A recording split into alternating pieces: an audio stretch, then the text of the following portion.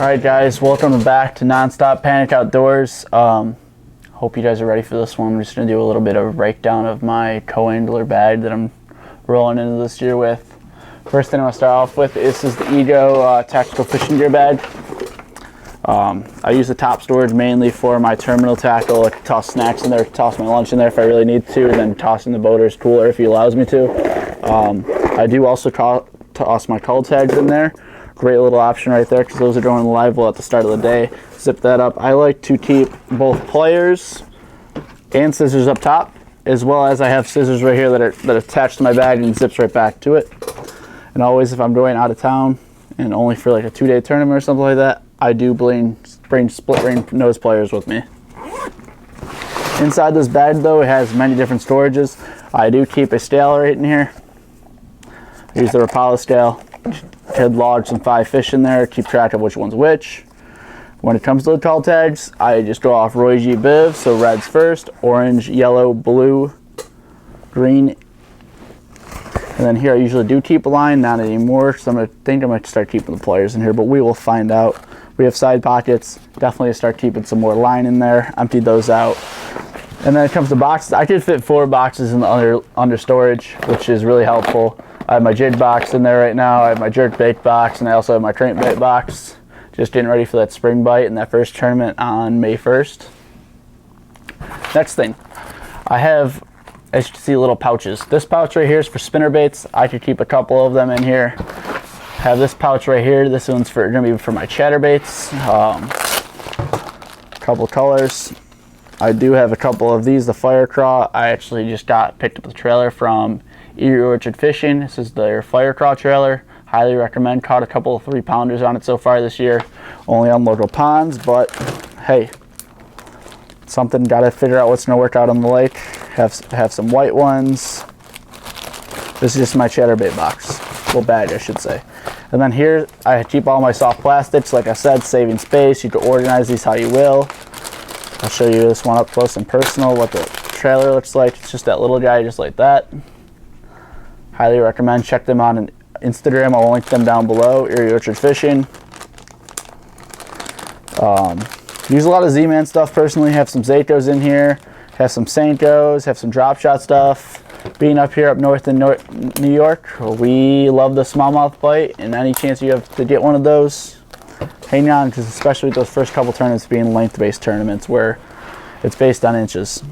And then I also do have a carabiner that attaches to this. The carabiner can attach right here to the bag, and it's out of the way for the rest of the day. I don't have to put it back on until I leave or anything like that. And it's also great when I'm walking to the dock and I have an extra free hand because I can attach my life jacket to it, and then I just be on my way with my rods. So that's 2 things. Then I'll have that free hand to either grab the bag of ice for the boat or anything like that. So with those 2 out of the way, another thing I want to bring into, especially with us going into this colder weather sequence, with us springtime fishing tournaments, you need gloves. I have 2 sets. I have nice warm running gloves that I'm going to call them, and then I have these thinner guys that I actually use for bow hunting all the way up through gun season and muzzleloader season. That you can use when you're just fishing and it's a little cold, when it's like sub 50 and your hands start to get a little cold. Another thing, rod sleeves. You guys need those. To me, it's important, especially if you're going to buy expensive gear, just based on having the ability to not worry about them getting dinged up in the back of your truck or in the boater's truck or anything like that. I take them off when I get to the ramp, tie them together with these things, with the little bungee cords. You just take it and you twist it around the rod. They're together. It's not going to come off. You put one at the top, one at the bottom. You need to carry one rod and they're all just going to come along with you. That being said, so we got that done. Now I obviously like to keep my scent control, not scent control, but scent sprays. I use Bang Combo, shad and craw. It's got garlic in it, great smelling.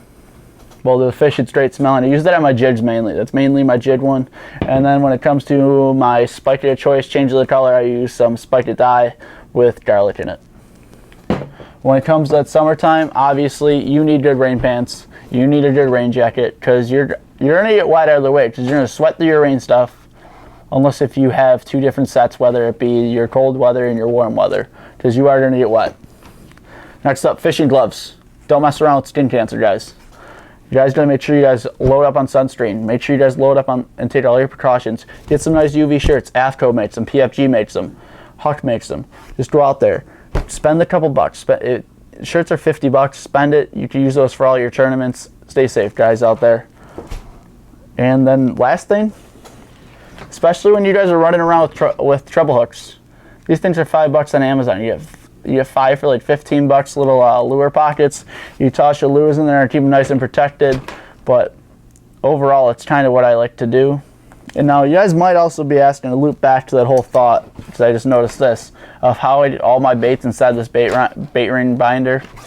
It's the General Hole Punch. You'll find those guys at Office Max for like $3 or $4. You just punch the hole in them, you toss them in there, and you kind of keep your gear nice and organized. And lastly, if you guys do stay overnight, it might seem excessive to bring this, but you can bring an extra reel. You can bring extra line. You can bring more tackle. You can do whatever you want almost with this thing.